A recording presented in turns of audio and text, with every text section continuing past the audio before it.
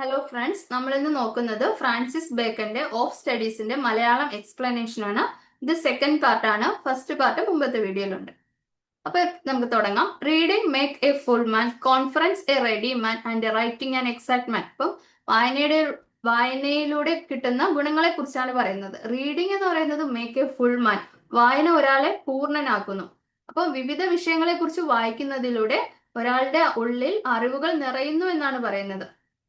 അപ്പൊ അയാൾക്ക് എന്തിനെ കുറിച്ച് സംസാരിക്കാനുള്ള അറിവ് അയാൾക്ക് ഉണ്ടാകും.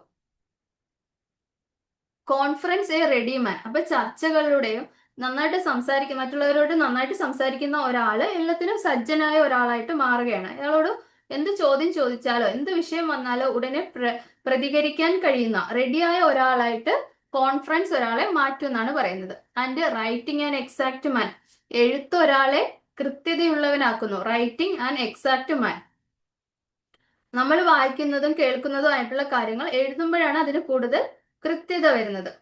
ഓക്കെ, അപ്പം reading a make a full man, conference a ready man and writing a exact മാൻ.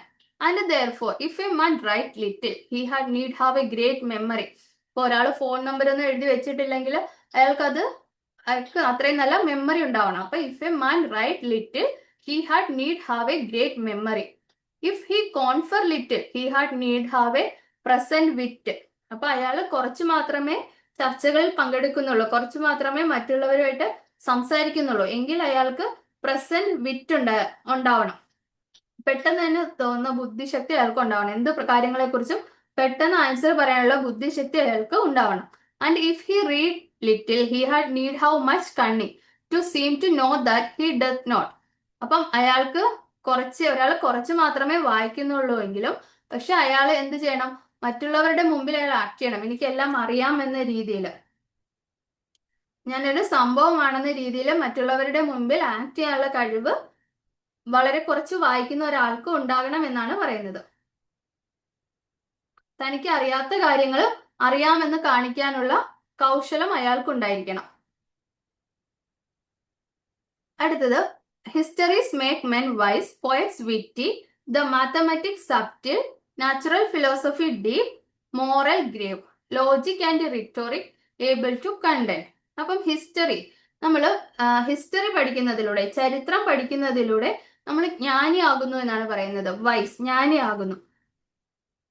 നമ്മുടെ മുൻഗാമികൾ, നമ്മുടെ ആൻസസ്റ്റേഴ്സ് ഒക്കെ അവർക്ക് പറ്റിയ തെറ്റുകളും അവരുടെ വിജയങ്ങളും പഠിക്കുന്നതിലൂടെ നമുക്ക് പ്രസന്റിൽ കറക്റ്റായ തീരുമാനങ്ങൾ എടുക്കാൻ കഴിയുന്നു എന്നാണ് പറയുന്നത്. നമ്മൾ വിവേകമുള്ളവനാകുന്നു. ഇനി പോയറ്റ്സ് വിറ്റി, നമ്മൾ കവിതകൾ വായിക്കുന്നതിലൂടെ നമ്മുടെ ഇമാജിനേഷൻ ഒക്കെ വർദ്ധിക്കും, നമുക്ക് കറക്റ്റായിട്ട് വാക്കുകൾ ഉപയോഗിക്കാൻ പറ്റും. അപ്പോൾ പോയറ്റ്സ് വിറ്റി, കവിതകൾ മനുഷ്യനെ ബുദ്ധിശക്തി ഉള്ളവനാക്കുന്നു. എന്നിട്ട് ദ മാത്തമാറ്റിക്സ് സബ്റ്റ്, ഇപ്പൊ മാത്സ് പഠിക്കുന്നതിലൂടെ അവൻ സൂക്ഷ്മതയുള്ള ഒരാളായിട്ട് മാറുകയാണ്. കാരണം മാത്സിന്റെ കണക്കുകൾ നമ്മൾ അത്രയും കൃത്യതയോടെ ചെയ്യണം. അതുകൊണ്ട് തന്നെ the mathematics subtle, സൂക്ഷ്മതയുള്ളവനാക്കുന്നു.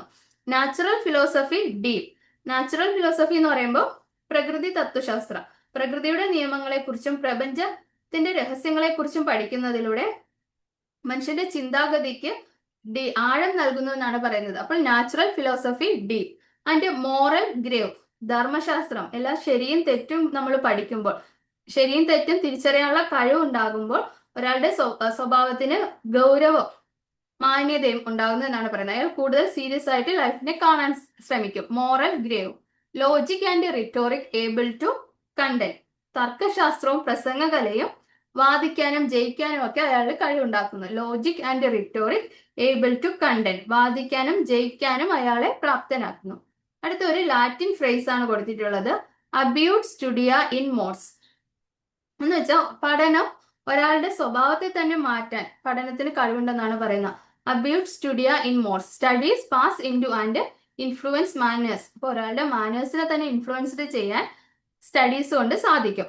There is no stone or impediment in the wit but may be wrought out by fit studies. ഇപ്പൊ ആർക്കെങ്കിലും എന്തെങ്കിലും ബുദ്ധിശക്തിയിൽ, അയാളുടെ വിറ്റിൽ എന്തെങ്കിലും ഇംപെഡിമെന്റ് അല്ലെങ്കിൽ സ്റ്റോൺ എന്ന് വെച്ചാൽ തടസ്സമുണ്ടെങ്കിൽ അയാൾ എന്ത് ചെയ്യണം, അയാൾ പഠനത്തിലൂടെ അത് പരിഹരിക്കട്ടെ എന്നാണ് പറയുന്നത്. എങ്ങനെയാണ്? Like as disease of the body may have appropriate exercise. നമ്മുടെ ബോഡിക്ക് എന്തെങ്കിലും ഡിസീസ് വരുമ്പോൾ നമ്മൾ എക്സസൈസിലൂടെ അത് പരിഹരിക്കുന്ന പോലെ നമ്മുടെ ബുദ്ധിശക്തിക്ക്, വിറ്റിന് എന്തെങ്കിലും ഇംപെഡിമെന്റ് ഉണ്ടായാൽ നമ്മളത് സ്റ്റഡീസിലൂടെ പരിഹരിക്കാൻ പറ്റും എന്നാണ് ഫ്രാൻസിസ് ബേക്കൺ പറയുന്നത്. Bowling is good for the stone and reins, shooting for the lungs and breast, gentle walking for the stomach, riding for the head and the like. അപ്പം ബൗളിംഗ് എന്ന കളി കിഡ്നി സ്റ്റോണിനും റെയിൻസ് എന്ന് വെച്ചാൽ വൃക്ക സംബന്ധമായ ഭാഗങ്ങൾക്കും നല്ലതാണ്.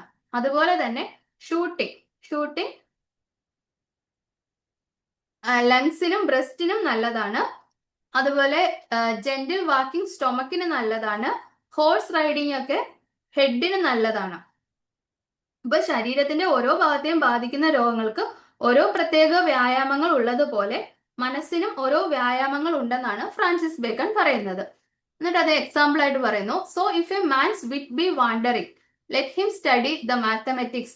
ഇപ്പൊ ഒരാളുടെ ബുദ്ധി ഇങ്ങനെ അലങ്ങി തിരിയാണ്, അയാൾക്ക് കോൺസെൻട്രേഷൻ കിട്ടുന്നില്ല, അപ്പൊ അയാൾ മാത്തമെറ്റിക്സ് പഠിക്കട്ടെ. കാരണം എന്താ, നമ്മളൊരു കണക്ക് തെറ്റുമ്പോൾ അത് നമ്മൾ അശ്രദ്ധമായിട്ട് തെറ്റി എവിടെയെങ്കിലും ഒരു തെറ്റ് പറ്റിയാൽ പിന്നെ നമ്മൾ അത് വീണ്ടും ആദ്യം തൊട്ട് ചെയ്യേണ്ടി വരും. അപ്പൊ അത്രയും സൂക്ഷ്മതയോടെ കോൺസെൻട്രേറ്റ് ചെയ്ത് നമ്മൾ മാത്സ് പഠിക്കേണ്ടി വരും. ഇപ്പൊ ഒരാളുടെ ബുദ്ധിശക്തി ഇങ്ങനെ കോൺസെൻട്രേറ്റ് ചെയ്യാൻ പറ്റുന്നില്ല, അത് വാണ്ടറിങ് ചെയ്യുകയാണെങ്കിൽ അയാൾ മാത്തമാറ്റിക്സ് പഠിക്കട്ടെ എന്നാണ് പറയുന്നത്. For in demonstration if his wit be called away never so little he must begin again. അപ്പൊ നമ്മൾ മാത്സ് ചെയ്യുമ്പോൾ എന്തെങ്കിലും ഒരു തെറ്റ് പറ്റിയാൽ പിന്നെ നമ്മൾ ആദ്യം തൊട്ടത് പഠിക്കേണ്ടി വരും. അടുത്ത, if his wit be not apt to distinguish or find differences let him study the schoolmen for they're സിമിനി സെക്ടേഴ്സ് സ്പ്ലിറ്റേഴ്സ് ഓഫ് ഹെയർ. അപ്പം കാര്യങ്ങൾ തമ്മിൽ ചെറിയ വ്യത്യാസങ്ങൾ തിരിച്ചറിയാൻ ഒരാൾക്ക് പ്രയാസമാണെങ്കിൽ അയാൾ സ്കൂൾമാൻ എന്ന് വെച്ചാൽ മധ്യകാല യൂറോപ്പിലെ തത്വശാസ്ത്രജ്ഞൻ എന്നറിയപ്പെടുന്ന പണ്ഡിതന്മാരാണ്. അപ്പൊ അവര് സ്കൂൾമാൻ പഠിക്കട്ടെ എന്ന് പറയുന്നു. കാരണം അവര് ഒരു ചെറിയ കാര്യങ്ങൾ പോലും വളരെ സീരിയസ് ആയിട്ട് എടുത്ത് അതിനെ വേർതിരിച്ചെടുക്കുന്നവരാണ്. ഫോർ ദെയർ സിമിനി സെക്ടേഴ്സ്, മുടിനാരികളുടെ വ്യത്യാസം പോലും അവർ കണ്ടെത്തും. അപ്പം ഒരാൾക്ക് ഡിസ്റ്റിങ്ക്വിഷ് ചെയ്യാനും ഡിഫറൻസസ് കണ്ടെത്താനും പറ്റുന്നില്ലെങ്കിൽ let him study the schoolmen, കാരണം അവര് ഫോർ ദെയർ സിമിനി സെക്ടേഴ്സ്. അടുത്ത, if he be not apt to beat over matters and to call up one thing to prove and illustrate another let him study the lawyers cases.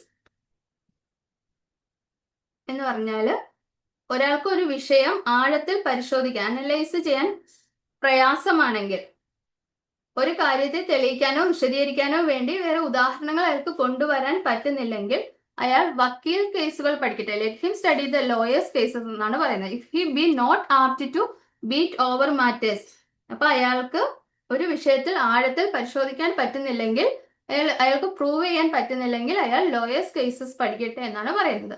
ഇനി last line, so every defect of the mind may have A special receipt. അപ്പൊ ഒരു മരുന്നിന് ഒരു prescription ഉള്ളതുപോലെ ഒരു രോഗത്തിന് ഒരു prescription ഉള്ള പോലെ മൈൻഡിന്റെ എല്ലാ പ്രോബ്ലത്തിനും സ്പെഷ്യൽ റെസിപ്റ്റ് ഉണ്ടെന്നാണ് ഫ്രാൻസിസ് ബേക്കൺ പറയുന്നത്. അതുപോലെ ബുദ്ധിയുടെയോ മൈൻഡിന്റെയോ എന്തെങ്കിലും ഒരു പോരായ്മ ഉണ്ടെങ്കിൽ നമുക്ക് മരുന്നിലൂടെ അതിനെ മാറ്റാൻ പറ്റുന്നത് പോലെ സ്റ്റഡീസിലൂടെ മാറ്റാൻ പറ്റും എന്നാണ് ഫ്രാൻസിസ് ബേക്കൺ പറയുന്നത്. ഇത്രയേ ഉള്ളൂ എസ്സേ. Thank you.